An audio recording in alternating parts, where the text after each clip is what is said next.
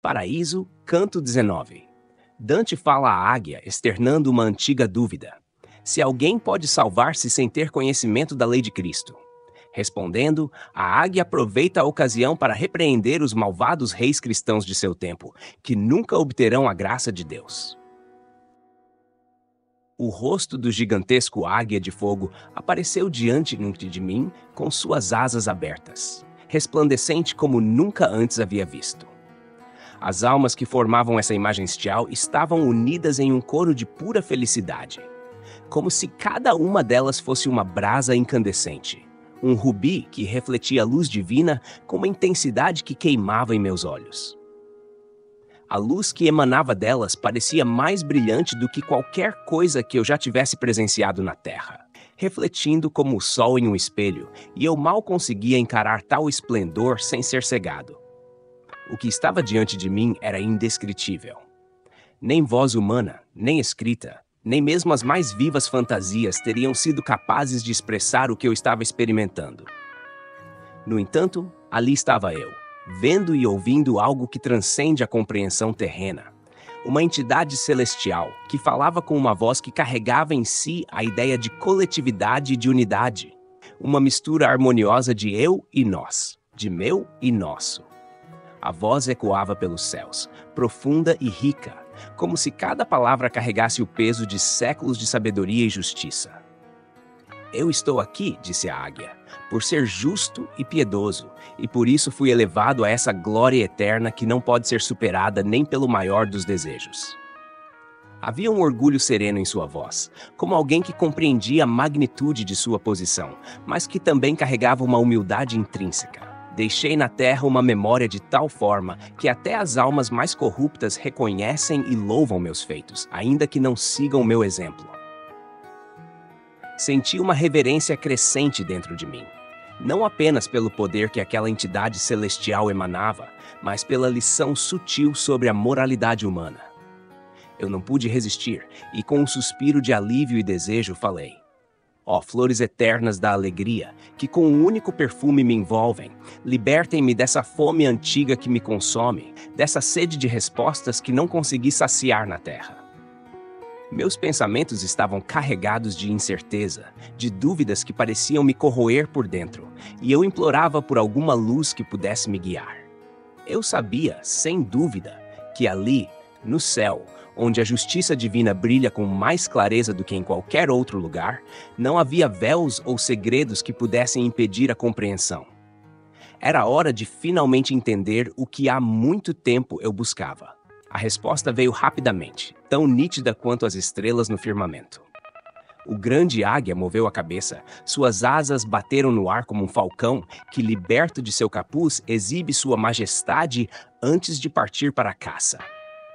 Suas palavras eram como um canto divino, reverberando com uma intensidade que transcende qualquer música terrena. Aquele que desenhou o arco do universo e separou o visível do invisível, começou, não imprimiu no cosmos todo o poder da palavra divina, pois o poder divino excede infinitamente o que qualquer criatura poderia compreender.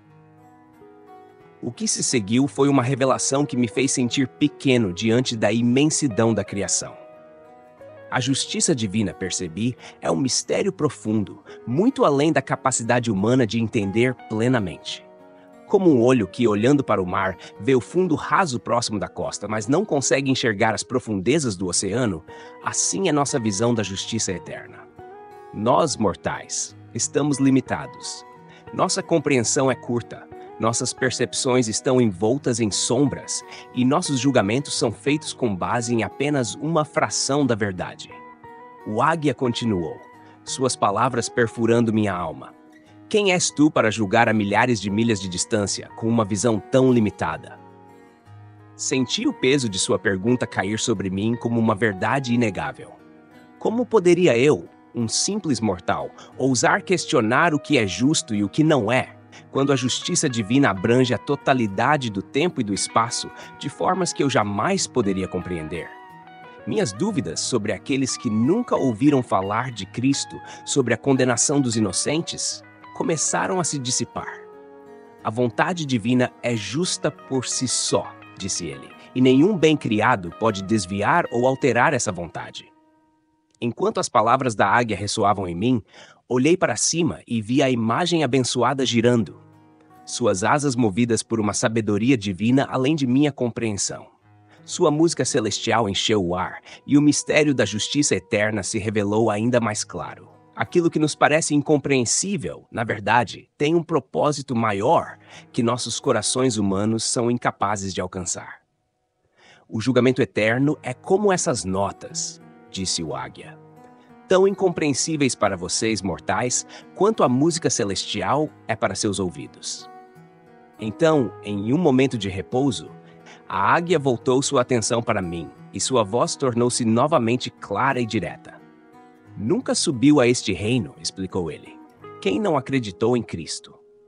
A solidez de suas palavras, o tom absoluto que usou para afirmar tal verdade, parecia incontestável. Porém, em seguida, ele ofereceu um pensamento que me deixou perplexo. Muitos que clamam Cristo, Cristo, serão mais distantes dele no juízo final do que aqueles que nunca o conheceram. E assim, aqueles que agora vivem na ignorância de sua palavra podem, no fim, ser mais próximos do reino dos céus do que os que, conhecendo a verdade, a negligenciam. O ar ao meu redor parecia vibrar com o peso de suas palavras. Minha mente fervilhava, tentava processar tudo, enquanto a águia prosseguia, falando de reis e reinos, de atos de tirania e de traições, revelando segredos que um dia seriam conhecidos por todos. O destino das almas e das nações estava sendo traçado ali, diante de mim, como se o grande livro do julgamento final estivesse começando a ser aberto. O que eu havia testemunhado era a mais pura manifestação da justiça divina. E ali, naquele momento, compreendi que a verdadeira justiça não é algo que possamos entender completamente, mas algo que devemos aceitar com fé. As chamas da águia brilhavam cada vez mais intensas, como se queimassem a dúvida que antes existia em mim, substituindo-a por uma clareza serena e um entendimento mais profundo da imensidão da vontade divina.